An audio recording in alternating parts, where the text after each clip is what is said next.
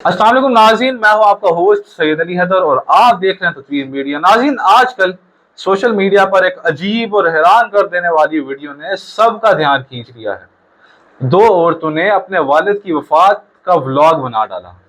रोते हुए चेहरे, गम के जज्बात और कैमरा ऑन।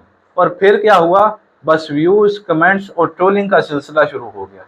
यह मंजर सिर्फ एक फैमिली का दुख नहीं, बल्कि हमारी सोसाइटी का, बल्कि हमारे मुआशरे का असल आईना था, जहां प्राइवेसी और इज्जत भी लाइक्स और शेयर्स के लिए कुर्बान कर दी जाती है। नाज़रीन, सोचिए कि जिस वालिद की इज्जत और मकाम इस्लाम में जन्नत तक ले जाता है, उसके गम को भी सोशल मीडिया का कंटेंट बना दिया गया। ये हमारे दौर का सबसे बड़ा चैलेंज है। अब गम भी वायरल होते हैं और खुशी भी। हर चीज एक तमाशा बन गई है। ये सिर्फ उन लड़कियों का कसूर नहीं, ये हम सब की सोच का नतीजा है, जहां जिंदगी का हर पहलू एक पोस्ट बन गया है। दोस्तों, अब यहाँ पर रोबदार बात यह है कि अपने गम को इबादत बनाओ, ना कि कंटेंट।